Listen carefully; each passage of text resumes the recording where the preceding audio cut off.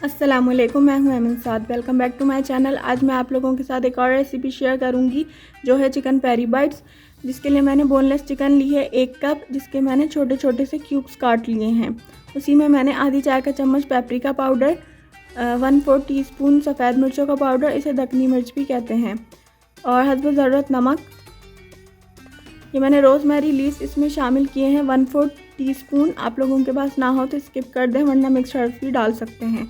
1 चाय का चम्मच ही लहसुन अदरक का पेस्ट डाला है, और 3 खाने के चम्मच इसमें मैंने गाढ़ा दही शामिल किया है। दही थोड़ा सा इसलिए ज़्यादा डाला है ताकि चिकन जूसी बने और टेंडर हो अंदर से, मतलब सॉफ्ट चिकन तैयार हो। थोड़ी सी दही हम बढ़ा देते हैं तो चिकन सॉफ्ट हो जाती है।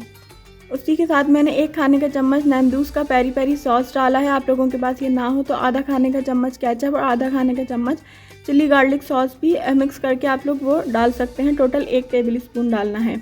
उसी के साथ मैंने 1 चाय का चम्मच सिरका इसमें डाला था, और इन सारी चीज़ों को चिकन पे लगा के तकरीबन मिक्स करके मैंने आधा घंटे के लिए इसको छोड़ दिया था।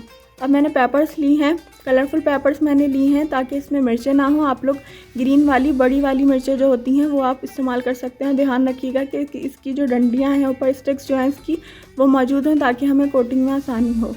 अब मैंने एक पैन में 2 खाने का चम्मच तेल डाला है, और जो चिकन मैंने मैरिनेट करने के लिए छोड़ी थी वो उसको आधा घंटा हो गया था रखे हुए, तो वो मैंने इस ऑयल में शामिल कर दी है। अब इसको मैं चमचे की मदद से ही फ्राई कर रही हूँ ताकि इसका कलर भी चेंज हो जाए और ये कुक भी हो जाए। आप लोग चाहें तो इसको ढककर भी रख सकते हैं थोड़ी देर के लिए, लेकिन इसके क्यूब्स बहुत छोटे हैं, फ्राई करते हुए ही पक जाएंगे। अब थोड़ी देर तक मैंने 2-3 मिनट तक ही इसको फ्राई किया था, और चिकन ने अपना पानी रिलीज़ कर दिया था, क्योंकि हमने दही इसमें ज़्यादा डाला है तो पानी भी थोड़ा सा ज़्यादा होगा। उसी में ही ये कुक हो जाएगी। और मैंने इसको मीडियम टू लो फ्लेम पे पकाया था पहले चिकन को। जब चिकन गल गई थी तो इसको तेज़ आंच करके मैंने इसका पानी ड्राई कर लिया था, और ये देखें चिकन गल गई है। और जो मुझे थोड़े से मोटे और बड़े पीसेस लगे थे उसको मैंने चमचे की मदद से ही तोड़ लिया था। अब मैंने तेज़ आंच पे इसका सारा पानी ड्राई कर लिया है। ध्यान से सारा पानी ड्राई कर लेना है, थोड़ा सा भी मॉइस्चर इसके अंदर नहीं छोड़ना, वरना ये फिलिंग करने में बहुत मसला करेंगी।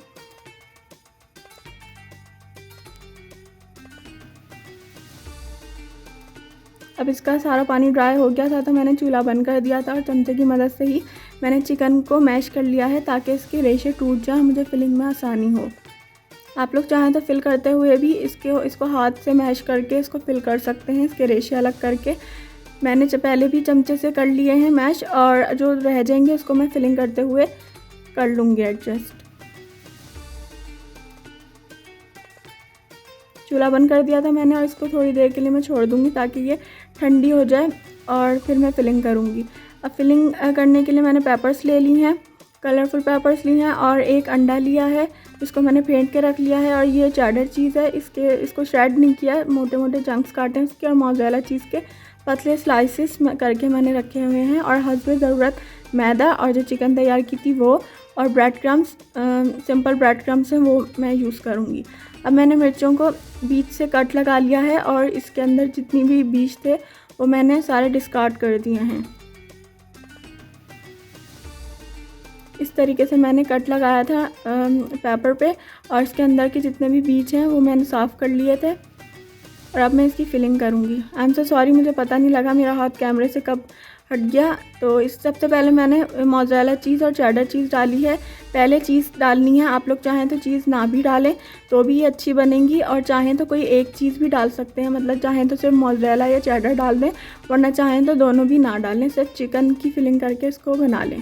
पहले चीज़ फिल करनी है, उसके बाद जो चिकन थी उसको मैंने हाथ से थोड़ा सा मैश कर लिया है, और वो मैंने इसके अंदर फिल कर दी है। बहुत ज़्यादा फिल नहीं करनी कि उसका मुंह ही बंद ना हो, बस नॉर्मल सी फिलिंग करके उसको डिप कर देना है अंडे में। पहले मैं अंडे में डिप करूँगी, उसके बाद इसके ऊपर मैदा लगाऊंगी। ये प्रोसेस 2 बार रिपीट करना है ताकि ये अच्छी तरीके से कोट हो सके। मिर्चों को कोट करना थोड़ा सा मुश्किल होता है क्योंकि इसके ऊपर कोई चीज़ ठहरती मुश्किल से है। उसके बाद मैंने अंडे में डिप करने के बाद इसके ऊपर मैदा लगाया है। उसके बाद मैं दोबारा से अंडे में इसको डिप करूँगी, फिर दोबारा से मैदा लगाऊँगी, फिर सबसे आखिरी में मैं इसके ऊपर अंडा लगा के ब्रेड क्रम्स लगाऊँगी। आप लोग वीडियो में देख सकते हैं। अच्छा, अगर आप लोग ग्रीन पेपर्स ले रहे हैं, मतलब ग्रीन चिलीज़ ले रहे हैं, बड़ी वाली मोटी वाली जो होती हैं, बड़ी वाली हरी मिर्च है, वो यूज़ कर रहे हैं, तो उसका प्रोसीजर ये होगा कि उसको आपको पहले बीज निकालने होंगे।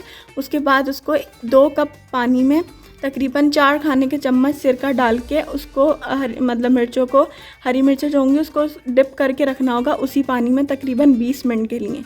जब उसकी मिर्चें निकल जाएंगी तो फिर आपने उसको टिश्यू से या किसी कपड़े से अच्छी तरह से साफ़ करके ड्राई करके फिर उसके अंदर फिलिंग करनी है, ताकि उसकी मिर्चें अच्छी तरीके से ख़त्म हो जाएं, वरना खाने में बहुत स्पाइसी लगेंगी, बच्चों से तो बिल्कुल भी नहीं खाई जाएंगी। मैंने ये वाली कलरफुल पेपर्स इसलिए इस्तेमाल किए हैं कि इसमें मिर्चें नहीं होती, ये हल्की सी स्वीटनेस होती है इसके अंदर, तो ये बहुत अच्छी लगती हैं खाने में। इस तरीके से मैंने 2 बार ये प्रोसेस रिपीट कर लिया था। उसके बाद आखिर में अंडा लगा के मैंने ब्रेड क्रम्स इसके ऊपर कोट किए हैं। इस तरीके से ये आराम से मतलब कोटिंग जो है इसके ऊपर ठहर जाएगी। अगर एक बार आप लोग कोटिंग करेंगे तो वो तेल में जाते ही निकल जाएगी वो कोटिंग, और पहले भी शायद ये चिलीज़ जो है ख़राब हो जाए, इनकी कोटिंग अच्छी ना हो। और ब्रेड क्रम्स भी अच्छी तरीके से मैंने इसके ऊपर लगाए हैं। इस तरीके से मैंने सारी मिर्चों को कोट कर लिया था। अब मैंने पहले से तेल गरम करने के लिए रख दिया था। आप लोग चाहें तो फ्राई करने के बजाय इसको फ्रीज़ भी कर सकते हैं, और जब ज़रूरत हो जब इसको निकाल के आप लोग फ्राई कर लें। मैंने इसको शैलो फ्राई किया है। लो फ्लेम पे पहले इसको रखना है ताकि जो अंदर की चीज़ है वो भी मेल्ट हो जाए। मैं एक साइड से गोल्डन कलर दे लूँगी, उसके बाद मैंने इसको टर्न किया है। जब एक साइड से गोल्डन कलर आ गया था तो मैंने इसको टर्न कर दिया है। दूसरी साइड से भी मैंने इसको गोल्डन कर लिया था। इसको लो फ्लेम पे ही पकाना है ताकि अंदर तक की चीज़ जो है वो गर्म हो जाए। कुक तो सब कुछ है, बस चीज़ मेल्ट करनी है इसके अंदर की। उसके बाद दोनों साइड से इक्वली गोल्डन कलर आ गया था तो मैंने इसको निकाल ली है।